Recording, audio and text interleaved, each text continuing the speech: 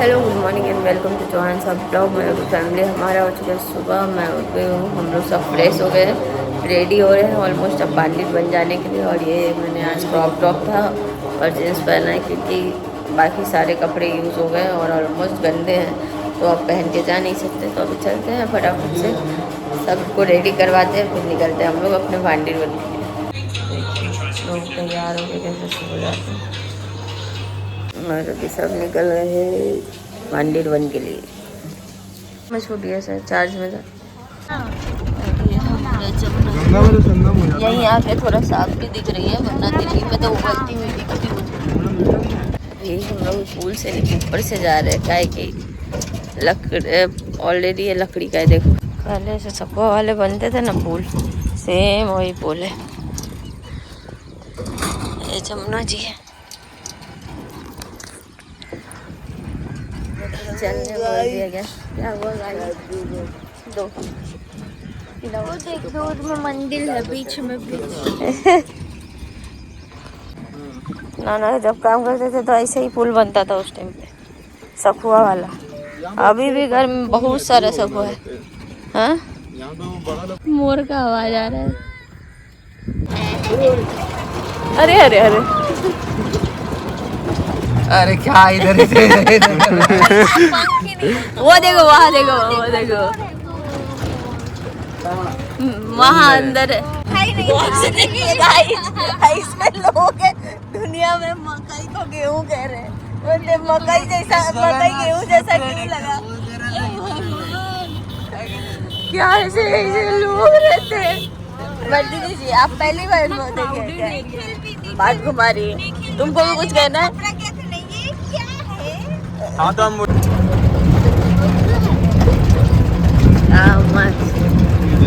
उसके गाड़ी के पीछे देखो ना कैसे घूम रहा है।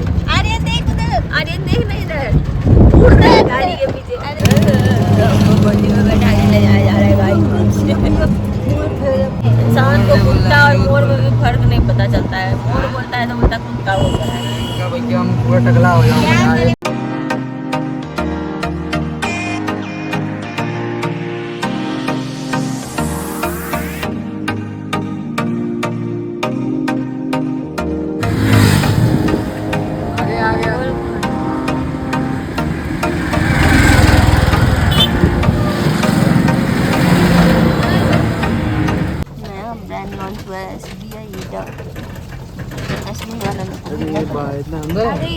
और हम लोग अंदर आ चुके हैं मंदिर वन का गाँव में।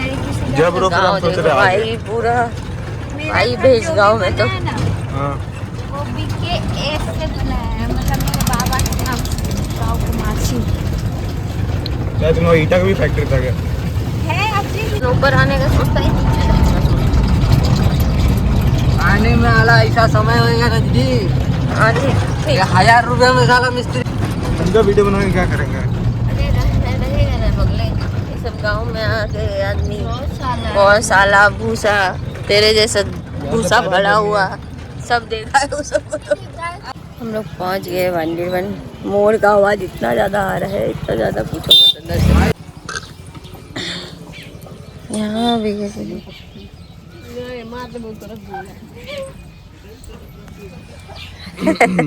Hello guys, I am under water. Under water where water? अरे वो वाला नहीं था reel. Where? Hello guys. Hello guys, अब हम बनाई रील काहे रे छिलवा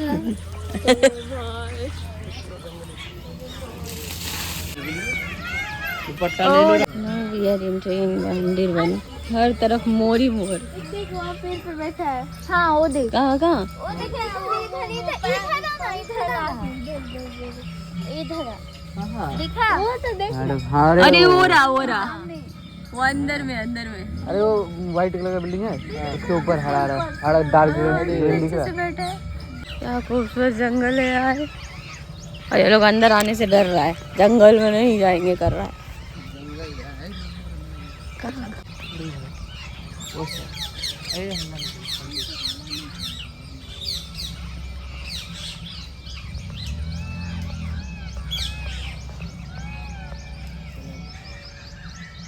देखो ये कितने अच्छे से बैठा है। भाई कितना सही बैठा है। ये देखो।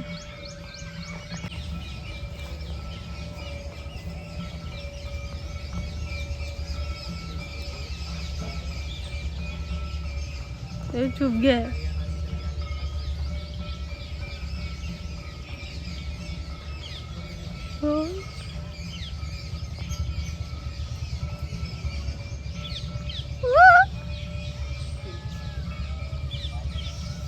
वाह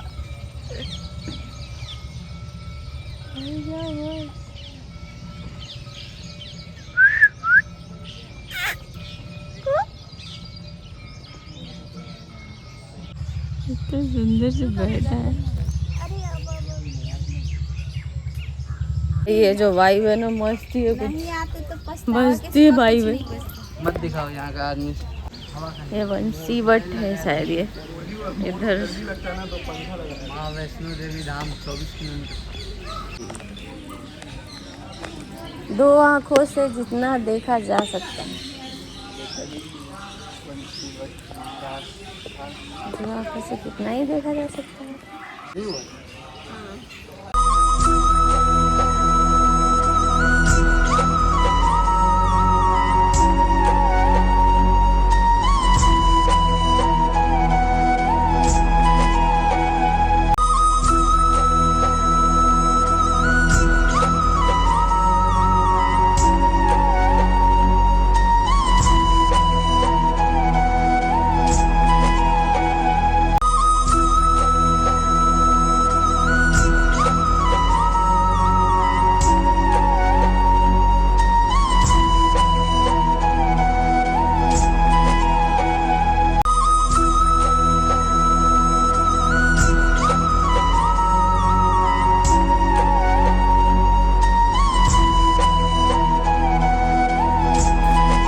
और अभी हम लोग हैं बंसी बट में, जिस पेड़ में आप देख रहे हैं कि हम लोगों ने कान लगा के रखा है। मुझे भी पहले विश्वास नहीं था, पर भाई जब मैंने गौर से सुना ना, इससे लिटरली ढोल ताशों की आवाज़ आती है, प्रॉपर बंसी की आवाज़ भी आती है। मैंने एक दो जगह कान लगाए तो मुझे ये एहसास भी हुआ, पर यही है बंसी जल्दी किसी को सुनाई नहीं देता है, पर ढोल ताशे सबको आवाज़ आते हैं। भाई क्या आवाज़ आता है इस पेड़ के अंदर से।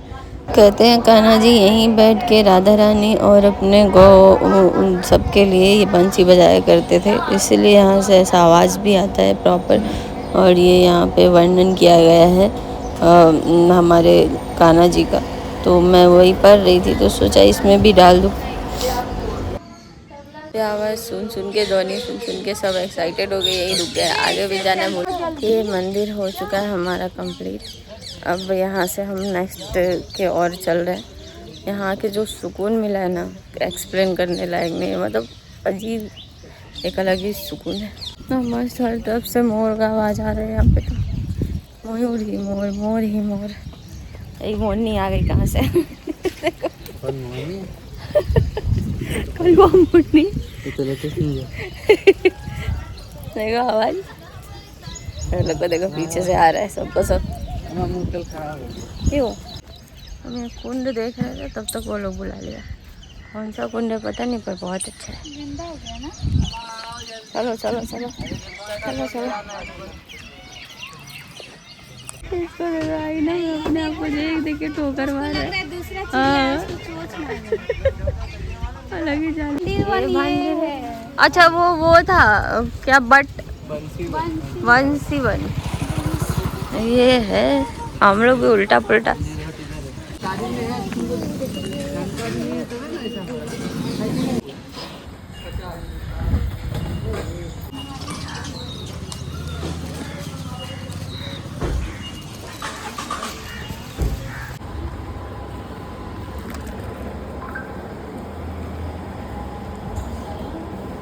बांध गया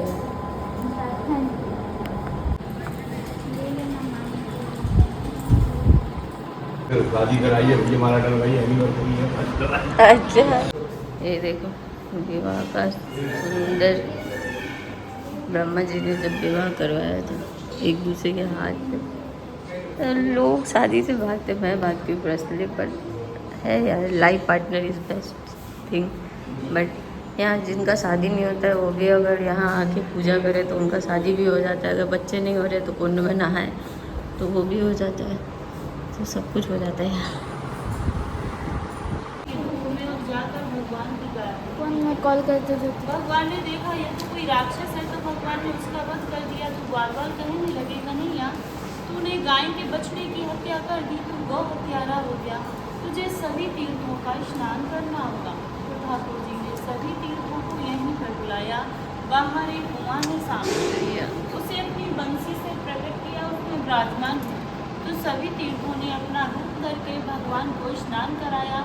जब भगवान की शुद्धि हुई तो इस कुएं में सभी तीर्थों का जल, जब कभी भी सौमती अमावस्या होती है तो उस दिन इस कुएं का जल सफ़ेद हो जाता है। जिन माता बहनों की संतान नहीं होती हो, गर्भवती हो जाती हो, तो यहाँ पर इस कुएं पर स्नान कर इस मंदिर में मनोकामना बोले तो उन्हें संतान की प्राप्ति होती है। दूसरी लीला है राधा कृष्ण के विवाह की, जो बहुत से भक्तों को नहीं पता कि राधा कृष्ण की शादी हुई है।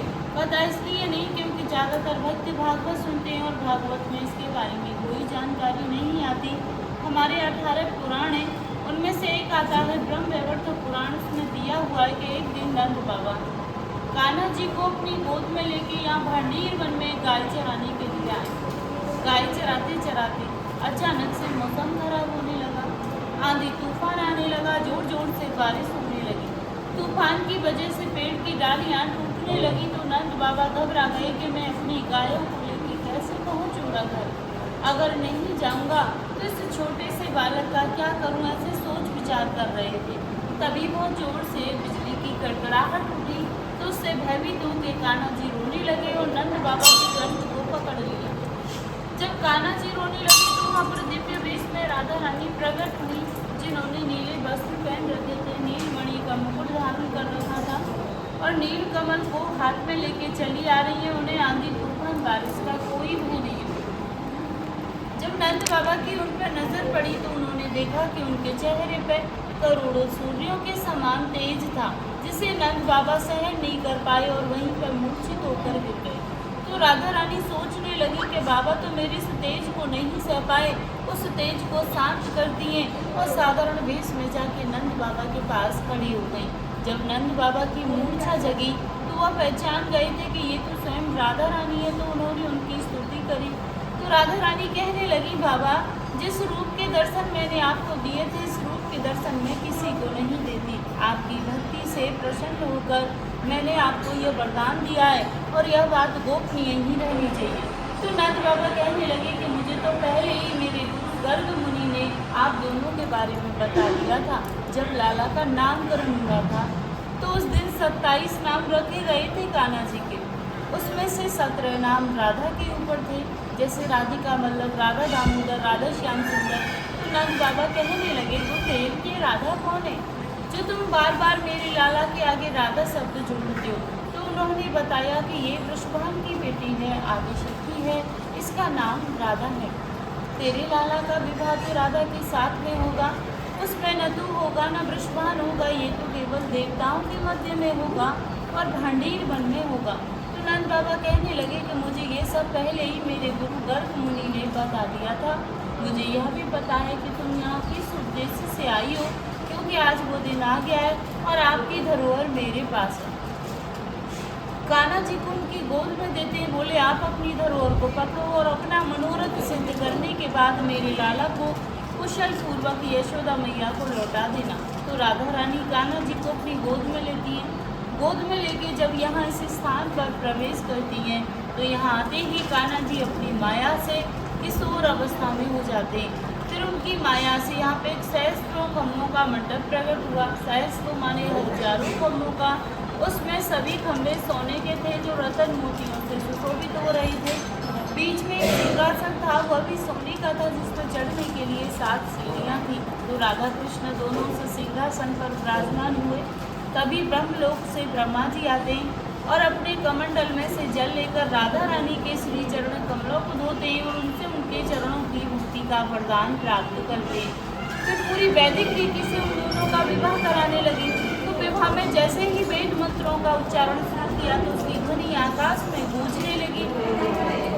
ध्वनि सुन के सभी देवी देवता आ गए और देखकर बड़े प्रसन्न हुए कि आज तो ठाकुर जी का विवाह हो रहा है। पुष्प वर्षा करने लगे उनके ऊपर। विवाह में सारी रीतियाँ हुई थी, जैसे वेद मंत्रों की, हवन की, फेराओं की। तो लास्ट में विधि होती है मांग में सिंदूर भरने की। जब तक सिंदूर नहीं भरा जाता शादी मान्य नहीं होती है। तो आप यहाँ पे सभी ध्यान से दर्शन करो।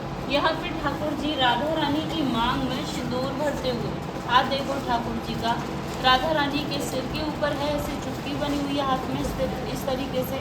ये पूरे विश्व का एक ही मंदिर है जो भगवान के से अद्भुत शादी के दर्शन या भांडीर वन में होते हैं। नहीं तो जहाँ भी दर्शन करोगे बंसी बजाते हुए करोगे। यहाँ पे ठाकुर जी के हाथ में बंसी नहीं सिंदूर है, मांग भरते हुए। सिंदूर भरने के बाद में जैसे ही विवाह संपन्न हो गया तो जो ब्रह्मा जी थे वो अपने ब्रह्मलोक को चले गए, जो देवी देवता थे वो अपने देवलोक को चले गए। जो उनकी माया से यहाँ पे मंडप प्रकट हुआ था वो भी यहाँ से अलोप हो गया। राधा कृष्ण दोनों अकेले रह गए। देखते ही देखते कान्हा जी फिर से बाल्य अवस्था में हो गए, जैसे लेकर आई थी उसी अवस्था में फिर से हो गए। अब यह देख के राधा रानी रोने लगी और कहने लगी, हे प्रभु, यह कौन सी लीला रच रहे हो आप? मैं इस लीला को नहीं समझ पा रही कि अभी अभी तो आपने मेरे साथ लीला रचाया था। अब यह कौन सी लीला है कि मैं तो करुणा अवस्था में हूँ और आप बाल्य अवस्था में हो। इस वियोग को मैं सहन नहीं कर पाऊंगी प्रभु। तभी आकाशवाणी हुई।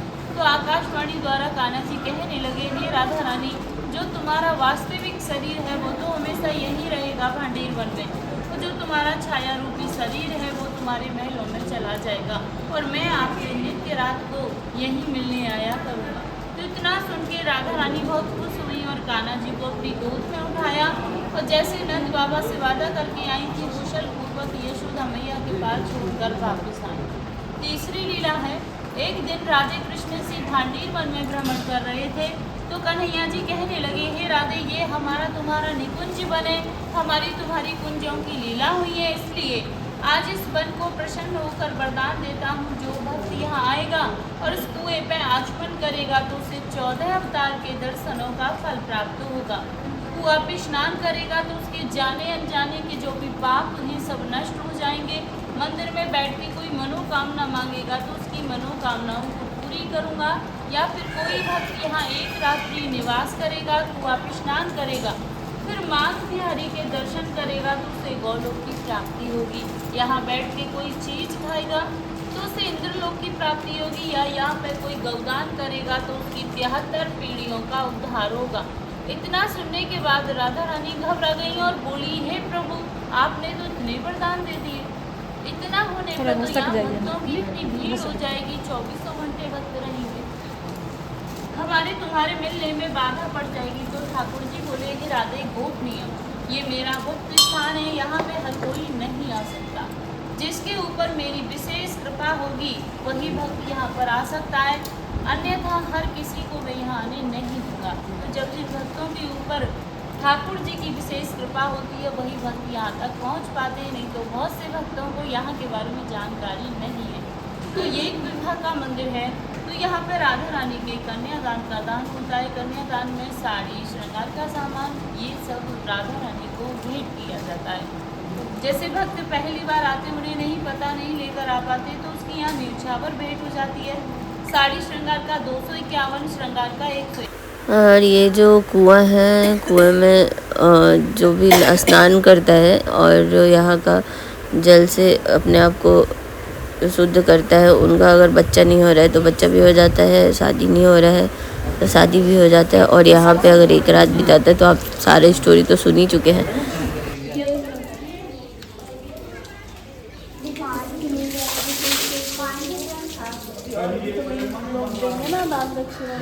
हाँ, हो जाएगा तेरा, देखियो आज हो जाएगा।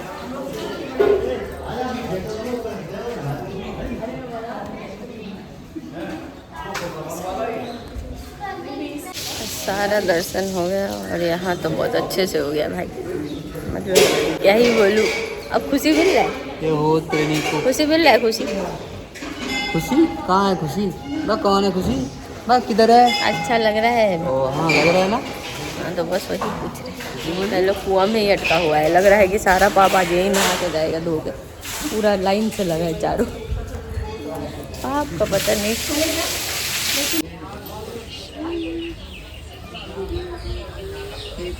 मेरा आपकी कृपा से यहाँ से मक्खन और रोटी लेके खाना होता है, बोल के लेके आए हैं लोग प्रसाद के तौर पे। ले सकता ले फोन पकड़। ये तूने गर्दन में क्या पहनी हुई है? गला का बोलती इसको मतलब। पता नहीं कुछ कुछ फैशन चलते रहते हैं।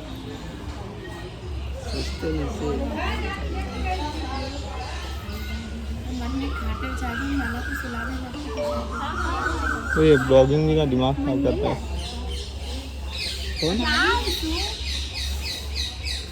ब्लॉगिंग भी दिमाग खराब करता है। घूमना है पूरा मजा है कि वीडियो में निकल जाता है। चलेंगे अभी, जाएंगे अभी जल्दी चलेंगे। जब वो रोटी देंगी फिर तब बनाना। वो पकड़ के तुम आया था एगो चाचा खाना पकड़। हाँ वो लगता है पर मैंने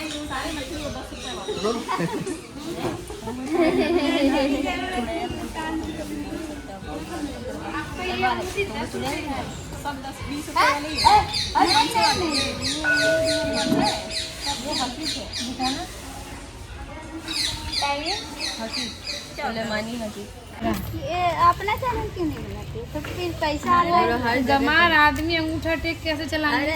अरे ऐसा कुछ नहीं है, ज्यादा कुछ नहीं करना है। फोन चलाने आता है ना। हम लोग बना के दे दे रहे आपको। अब चलो मैं थोड़ी आपको मैं बता दूं, आप भी रिकॉर्ड करना, इंस्टा पे कोलैबोरेट करना। इंस्टा पे मेरी आईडी इंदुलेखा भांडीवन के नाम से, ठीक है? आप सभी थे हमारे राधे राधे। हाँ थोड़ी दूर से बनाना, ठीक है? पूरा बैकग्राउंड कवर हो जाएगा। इसको पेंट अरे बता कपड़ा पहने देते हैं जो आपका वीडियो चैनल ऐसा कर वो का पैसा दे फिर तो आपको यूज कर रहे हो। शर्म दो, कोई बात नहीं। धाम की महिमा बढ़ रही को है। देखो, आयुष का भी वही है ना। हाँ धाम के बारे में लोग जान रहे हैं, पहचान रहे हैं। अब कथा कहना शुरू कर रही हूँ, ठीक है? आप इधर ही देखना। राधे राधे दीदी, आपने मुझे यूट्यूब पे देखा ना, इंस्टा पे देख लो। ऐसा कोई भक्त नहीं जो मुझे नहीं देखा हो। आप सीरियसली में आपने नहीं देखा हो। प्रसाद दोगे बाप प्रसाद भी देंगे, 2 मिनट की कथा भी सुनाएंगे।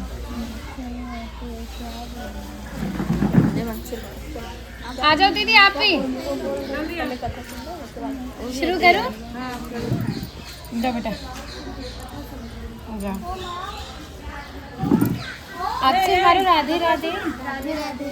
भांडीरवन धाम में ठाकुर ने विभिन्न प्रकार की लीला करी है। प्रथम लीला लाडली जू के विवाह किए जाके काजी हमारो धाम में विख्यात रहा। लेकिन हमारी लाडली जी ने जा धाम भांडीरवन के बारे में बड़ी दिव्य बात कही कि जो भी भक्त जा स्थान पे भांडीरवन आवेगो ना, वो मोक्ष को प्राप्त होगा। तो कान्हा बोले इतनी बड़ी बात को कह रही हो, लोग पाप करेंगे, सीधे दौड़े भांडीरवन चले जाएंगे, क्योंकि तुमने तो मोक्ष धाम भांडीरवन कह दो। और फिर जो ये जो भांडीरवन है ठाकुर की नित्य लीलाओं को धाम है, तो फिर हम लीला कैसे करेंगे? हमारी मिलने में अड़चने पैदा होंगी, क्योंकि बहुत लोग यहाँ पे आएंगे। तो श्री जी ने कहा गुप्त स्थान, इसको गुप्त रखूँगी। जा स्थान पे वही भक्त आवेगो जो हमारे विवाह में उपस्थित हो। तो ठाकुर बोले कि ऐसे कैसे पता चलेगी कि जो भक्त हमारे विवाह में उपस्थित हो वही जाए स्थान पे आवेगो? तो लाडली जी ने कई बार भक्त की पहचान है कि वो कई बार वृंदावन आवेगो। जब जाए कि गुप्त वृंदावन आवेगो और डायरेक्ट ना आवेगो, पीछे माध्यम जरूर रहेगा। और सबरो श्रेय भाई माध्यम को जावेगो जो स्थान तक पहुँचाएंगे। और ऐसा बताया जावे कि जो भी भक्त भांडीरवन में आवे और यहाँ की प्रसादी पावे और एक रात्रि निवास करें, वो जा ब्रज गौलोक धाम से ठाकुर जी के गौलोक धाम को जावे। चूँकि जय भांडीरवन के दर्शन मात्र से पुनर्जन्म की प्राप्ति ना होए, तस्य दर्शन मात्र नरो गर्भ न गच्छति, ताकि दर्शन मात्र से उन्हें काऊ माँ के गर्भ में जाना ना पड़े। और ये जो बट वृक्ष है ना, जाको प्रमाण श्रीमद् भागवत जी में मिले। एक श्लोक आवे कि बृहंतो बाहि मानस्य 4 यंत्रस्य गोदनम भांडीरकम नाम बटम जम्बू कृष्णा प्रोगमा। कृष्ण कालीन में यही भांडीर वट इतना विशाल था ना कि 4 योजनों में फैला हुआ था और वृंदावन तक शाखाएं थी। ठाकुर जी भांडीर वट की शाखन पर चढ़ के यमुना महारानी को पार करते थे।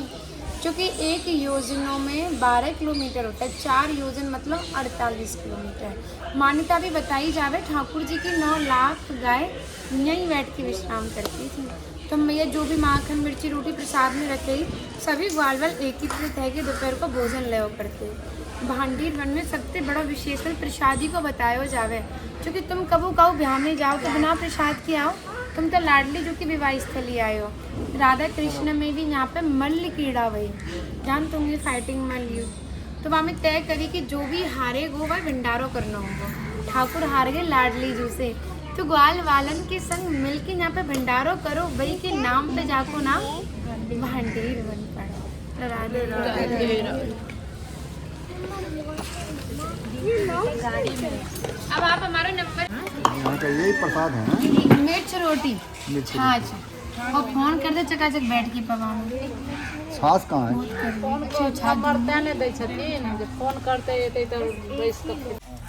छाछ किधर है? छाछ पहले एक लंग रोटी तो दे ले, पीछे तो छाछ देंगे। अभी हम लोग का भोग वोग सब हो चुका है कंप्लीट और यहाँ से हम निकलने लगे भी ऐसा करता है ना, मतलब नॉनसेंस है। और इसी के साथ हमारा ट्रिप हो रहा है यहाँ का समाप्त। दीदी जी स्टोरी लगाने में लगी है राधे राधे म्यूजिक के साथ और हम लोग पद यात्रा में लगे हैं क्योंकि अब घर जाना। ऑब्वियसली भैया को भी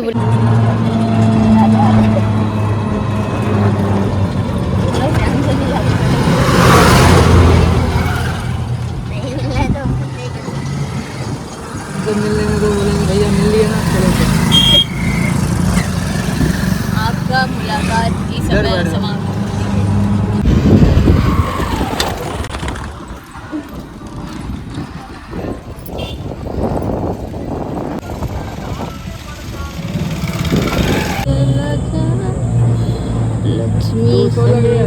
हाँ हमारा ट्रिप समाप्त। ये देखो सबका ट्रॉली वाली बाहर आ गया है, हम लोग भी बाहर आ रहे और फाइनली यहाँ का ट्रिप बहुत सही रहा, मज़ा आ गया कसम से। पूरा घूम के पूरा रिलैक्स वाला फीलिंग था और अभी निकलना है, क्या कर सकते हैं। फाइनली हम लोग निकल रहे हैं गाइस। ये देखो सबके सब लगे पड़े हैं। ओ गाइस हो गया ख़त्म ट्रिप, अब दिल्ली बाकी है सबका। सेवा यहीं समाप्त। धन्यवाद है कि 4 दिन यहाँ कट गया और हम लोग निकल गए। पता ही नहीं चला कि कैसे ये 4 दिन वृंदावन में कट गया, पर जो सुकून और जो आनंद यहाँ आया है आने के बाद और जितना भी टेंशन था सब खत्म हो चुका है। तो अब आ चुका है जाने का समय। तो इसी के साथ इस ब्लॉग को यहीं पे ख़त्म करते हैं। मिलते हैं हमारे नेक्स्ट ब्लॉग में, जो कि इसके बाद कंटिन्यू करेंगे क्योंकि हमारा ब्लॉग बहुत लंबा हो गया है। तब तक के लिए अपना बहुत सारा ख्याल रखिए। वीडियो अच्छा लगे तो लाइक से सब्सक्राइब कीजिए।